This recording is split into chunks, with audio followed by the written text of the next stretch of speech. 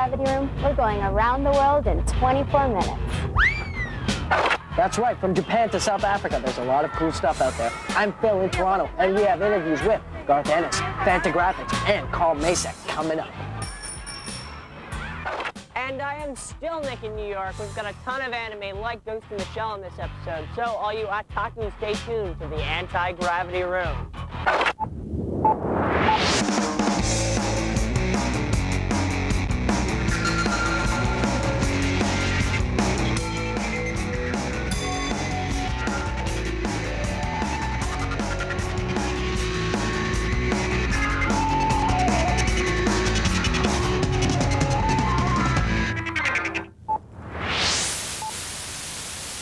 In Japan, anime and manga are the terms for animation and comic books.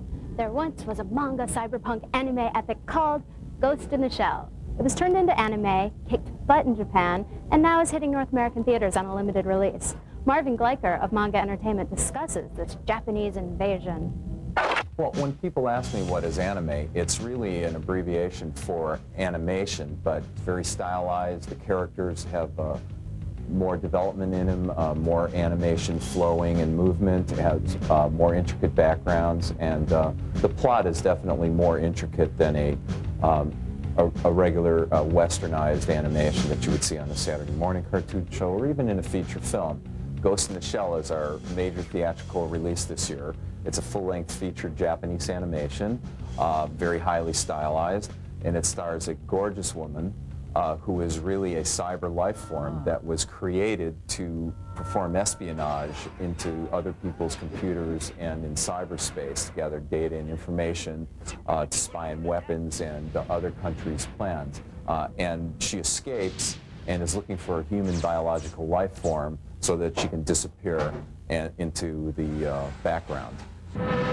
Chief, the puppet master's gone. What in God's name? Shut the defense walls now, damn it! One of the main characters is Major Kusanagi, and she's really a cybernetic person. The only original human part left of her is her brain. And in her quest to find this cybernetic life form, the puppet master, she questions her own existence and whether she's really human or not, since most of her body parts, in fact all other than her brain, have been replaced. And she is in charge of the team of special police force to find the puppet master. Bato is one of Major Kusanagi's specialized agents, and he is more like a Rutger Hauer type character that is a real tough and is very experienced in these types of covert operations. The director, Mamuro Oshii, has created a digital generated animation, which is his theory of animation created by images and memory. It's a combination of cell animation, effects, and computer-generated graphics. Some of the scenes that utilize these techniques are the scene inside of the marketplace where they think they've spotted the puppet master and tracked her down. There's also the scenes, there's a classic fight scene that occurs in the streets where an invisible puppet master is fighting against the security forces, and this film has done extremely well in the East. In more Western civilization, in the United States and in Europe, the film has been received with rave reviews, and it seems to be appealing to a more mass audience than any Japanese animation film has done in the past. This could be the biggest Japanese animation film in the world. Sure, manga is cool and everything, but what makes it different from North American comics? Scott McCloud, author of Understanding Comics, fills us in. Hi, I'm Scott McCloud, author of Understanding Comics, and today we're going to be talking about Japanese comics, or manga as they're known, and how they evolved. Unlike American comics, which evolved from many different sources and many different artistic influences, Japanese comics evolved primarily from one single artist, a man named Osamu Tezuka, who began making comics in 1945 and continued through 4 decades and 150,000 pages. He influenced most of the major comics artists working today, and he helped found an industry which is now the most successful comics industry in the world. The key to manga's incredible success is in its approach to storytelling. Manga artists employ a host of techniques which are designed specifically to involve the reader, to make the reader feel like a participant in the story, not just an observer. For example, Japanese comics have always been more cartoony than their European and American counterparts. But this isn't just an arbitrary stylistic choice. This is because they've discovered a very important power in art, the power of simplicity. Sometimes a few simple lines can more effectively describe a character than a more detailed rendering, because it allows the readers to fill in the blanks. Just a circle, 2 dots, and a line can be enough to trigger a mental response, which not only tells us that there's a face there, but also feels more like our own face. It's a more personal sort of identity, and Japanese comics often get very close to that line. Another important technique that helps manga artists to stimulate reader involvement is their revolutionary approach to motion. Unlike their American and European counterparts, Japanese artists offer a very subjective view of motion, one that allows the readers to feel as if they're moving just as fast as anything in the picture. Today's popular Japanese comics, the ones that have been translated in America, like Ranma 1/2, Akira, or Lone Wolf and Cub, bear little resemblance to Tezuka's work, but they still have his influence deep inside them. And really, they're like leaves on a tree that you can follow back through the branches and down to the trunk. That trunk is Osamu Tezuka. So we want to know, what foreign comics do you read? My favorite international comic would probably have to be Tintin. I, as a kid, grew up with him, and I still read him to this very day. My favorite international comic is Asterix, and even now I still read it every once in a while because I almost have the whole collection. I love manga, and I especially can't wait for the Ghost in the Shell movie release. My favorite international comic is Astro Boy, by far. When we come back, filled with CD-ROM reviews and some global cuisine at the International House of Pancakes. Cringe-tastic.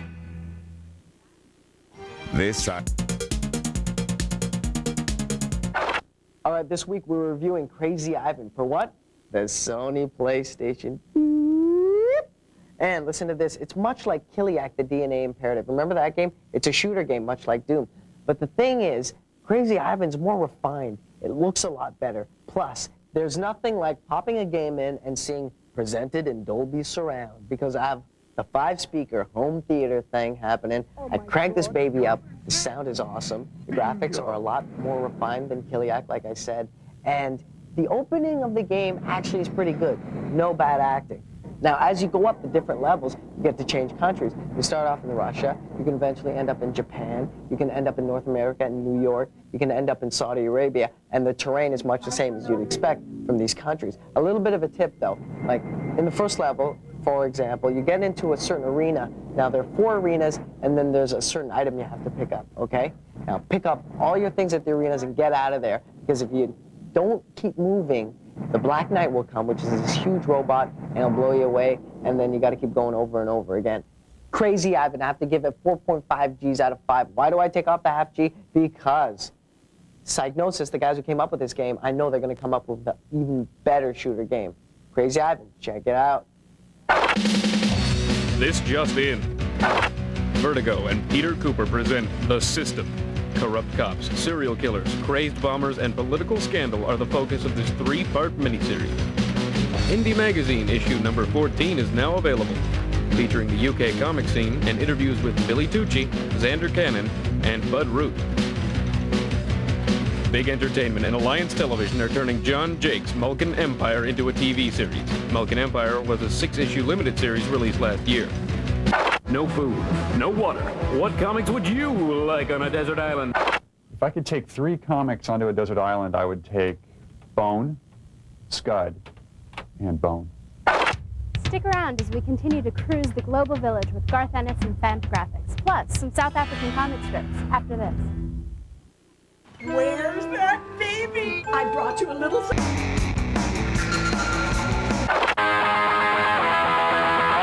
Hey, what's up, fellow tourists to Earth? I am Nick, and this is Comicopia, my weekly 35 squared minutes of low-fat fun with the latest comics. This week I'm checking out international comics, so first up is the super independent book, Underwater number 5, from the Great White North, eh? In this issue, well, it's kind of hard to tell. You see, Underwater is written in a strange, different language, and I'm not talking Latin. The people of Underwater communicate in a language only understood by themselves and Chester Brown, the creator. The concept is not to slack off on writing, but to have you, the reader, slowly understand this odd gibberish. This comic is fun if you attempt to decode it, or even try to say some of the words out loud. What shoe is he bought? Whether this is a comic masterpiece or just a big joke, it's still pretty cool, and I give it 3.5 out of 5 Gs on the anti-gravity scale. Next up, I want Lori Petty, because this is Tank Girl, the craziest Australian since Crocodile Dundee. This issue, number 3, starts up with an intro that is very Tank Girl. Multiple world leaders and celebrities talking of world domination and being squashed by a giant frog. Oh, those crazy Aussies. It also features Tanky getting pregnant and a special cameo by Princess Di. And, for all of you who believe the truth is out there, check this out. It's that weird face on Mars.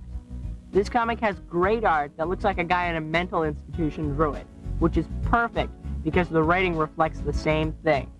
Tank Girl is a truly spastic book that never lacks in entertainment. I give this in-depth look at Australian life 4 Gs on the anti-gravity scale. Lastly, from the land of the rising yen, you're under arrest. Given that the art isn't anything special, you would hope that the book would have a pretty good story, and fortunately, it does. It's about 2 female Japanese police officers who this time are in pursuit of a mystery motorcycler. It's a real page-turner with an ending that will give you okotapai, and I don't even know what that means, so it must be good. Manga and anime are tops on my list of comics from foreign lands, so I give this book 4 out of 5 Gs on the anti-gravity scale. Well, that's about it for Comicopia this week. See you next time. Happy travels. Garth Ennis is an industry leader in the UK comic scene. He's also made a big impact in the US. I don't tend to think a great deal about the global village in terms of what I'm producing. The ideas come from all over the place, from dreams, from things that I see happen on the street, from a chance remark someone might make, from a person you meet, you might get an instant idea for a character. I find that particularly the kind of stuff I do, which is mostly a sort of a black humor approach to writing comics, to writing fiction, is fairly universal, although not everyone loves it. Any kind of dividing line is not a national one, and a lot of the stuff that I write, I suppose, is inspired by movies and books from both sides of the Atlantic. The comic I'm spending most of my time on at the minute, Preacher, is very heavily Western influenced, and although obviously that's a peculiarly American art form, you'll find there are very few people in Britain, for instance, who didn't watch Westerns and so on growing up, and so can respond to, well, various sort of familiar archetypal images like, you know, the lone gunfighter. Arseface got his name because one of the characters in Preacher simply shouted out, "That fella's got a face like an arse." And I was just amused by the thought of one guy trying to blow his head off, but succeeding only in managing to remove his face, and then having to live with the results, and thus Arseface was born. My personal take on the whole question of violence in comics and extreme situations in comics and so on is that it's not real. It's a fictionalized representation of violence. I'm aware of the difference. I don't like real violence, and I don't go out to, I suppose, promote real violence, but I don't honestly think it's up to me to censor myself for what other people get out of my work. All I can do is do my own work, be as honest as possible in what I write, and put it out there, and then get on to the next project. As for the internet, don't like it. I'm not on it, and I'm convinced that the computers are all going to start talking to one another soon, like in Terminator, and one day all these internet users will find Arnie at the door with a shotgun. So personally, tend to stay well clear. One comic company that makes a real effort to present a global perspective is Fantagraphics Comics. We caught up with the folks in charge. I'm Gary Groth. I'm one of the co-founders of Fantagraphics Books, and we started publishing comics in 1976. And what makes us different from other publishers, I think, is that we always wanted to publish the best cartooning we could find, and we wanted to treat artists like authors. And we wanted to publish a broad range of material. Yeah, we publish a book called Palestine. It's written and drawn by Joe Sacco. And Joe actually went over to Israel and visited the Gaza Strip and the West Bank, interviewed people, and immersed himself in what was going on over there a few years ago. Made a lot of notes, brought home a lot of tapes, and then transformed that into a long narrative that he wrote and drew. We published a book called Holy Cross that's written by an Irish citizen named Malachi Coney, lives in Belfast. And what he's doing is seriously trying to look at how the politics in Ireland cross-pollinate with the personal lives of the people that it affects over there. So I mean, essentially, you know, our agenda hasn't changed. We're trying to publish the best cartooning we can find by the most mature creative talents we can find. From the jungles of Rwanda in his travel journal called Comics Trip to the urban jungles from his latest work, The System, Peter Kuper is one artist who has global appeal. I got started in comics from being interested in comics from when I was a kid, and then just, you know, being a real rabid fan. Comic strips came out of an 8-month trip that my wife and I took through Africa and Southeast Asia. And it was basically my sketchbook. It was really journal entries where I would write something down and then do a picture next to it, and that started to form into basically comics because it's sort of the language that I know. It was like a free-form comic strip. It was a way to communicate with people because I would do a drawing, let's say, and show them, and you know, that was a way to sort of bridge a language gap. Seeing these places in the world that are abstract news items, seeing them up close, you know, sort of when you talk about environmentalism or the rainforest, or, you know, seeing what it is exactly firsthand gives me a greater ability to talk about that rather than just sort of like newsy terms. Well, the system came out of living in New York, and I think I love living here because it's a little bit like traveling all the time. The cross-influence of different cultures and all that. But the seed for the system itself really came from a subway ride where I looked around the train and I wondered, where did all these people come from, and where were they going, and would they run into each other again and influence one another? And that sort of connected to this world, a world view of, you know, seeing it all being associated. And I decided to do it as basically a wordless book. That came out a bit from my travel experience because it is the idea of how to be able to tell these things that you could communicate to people anywhere in the world, give an idea of what it's like here, or, you know, to show things rather than having people say them. It just shows in a lot of ways sort of how broad the possibilities of this medium are. In South Africa, one comic strip has entertained people and has had a definite effect on the country's politics. We were in the neighborhood and we got to talk to the creators of Adam and Eve. Phil, how you doing? I'm Stephen Francis. And I'm Rico. And we're coming to you almost live from South Africa. Together we do the most popular cartoon strip in the country, Madam and Eve. The seed was planted about 7 years ago when I first came to this country. I stayed with my new in-laws. I married my wife's South African, who I met in New York City. And while I was staying there, I watched this strange occurrence every day of the madam and the maid interacting. The madam in this case was my own mother-in-law, and the maid was a lady named Florence. I got to know them both pretty well, especially and even my mother-in-law. And my mother-in-law would tell me stories about what the maid did. Oh, you wouldn't believe what the maid did today. Madam and Eve has a lot of political content. It has to have in South Africa because Madam and Eve is social satire, that's how we see it. And in South Africa, the changes and the development, the political process is so all-enveloping that you end up having politics in your cornflakes. It's unavoidable.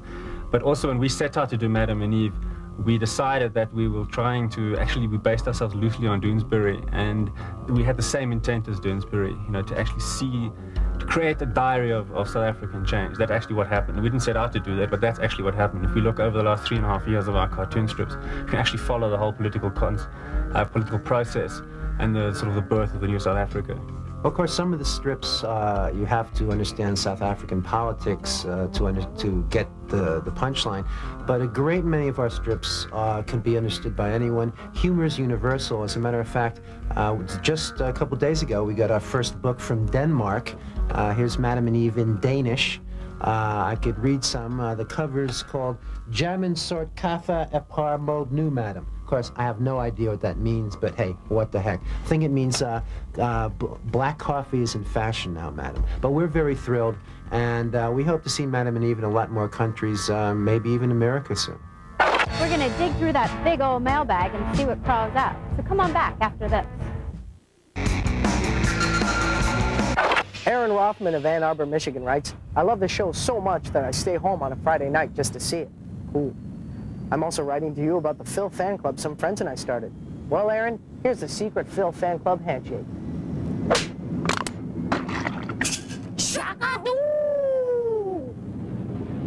So a lot of people wrote back to our survey about who the dumbest superhero was. And it seems the winner is, by a comfortable margin, Matter Eater Lad. Yes, the 1960s Legion of Superheroes member who had the power to, get this, eat and digest any substance. Hoo-hoo. Only the Salisbury steak in the cafeteria slowed this guy down. What a guy. This week, what we want to know is, which superhero costume is the goofiest?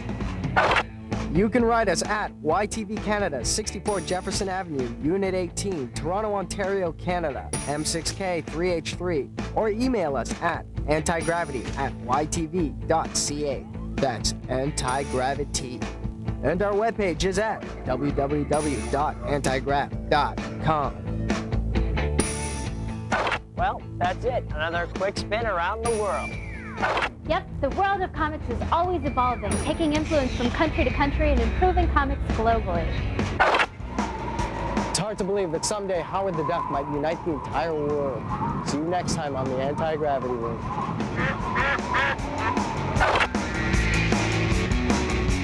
In search of clues to a shocking murder, a young couple becomes trapped in another dimension, a dark zone of terror where the greatest figures in the annals of horror live on. Waxwork 2: Lost in Time, tonight at 8 p.m. Eastern, Sci-Fi Saturday.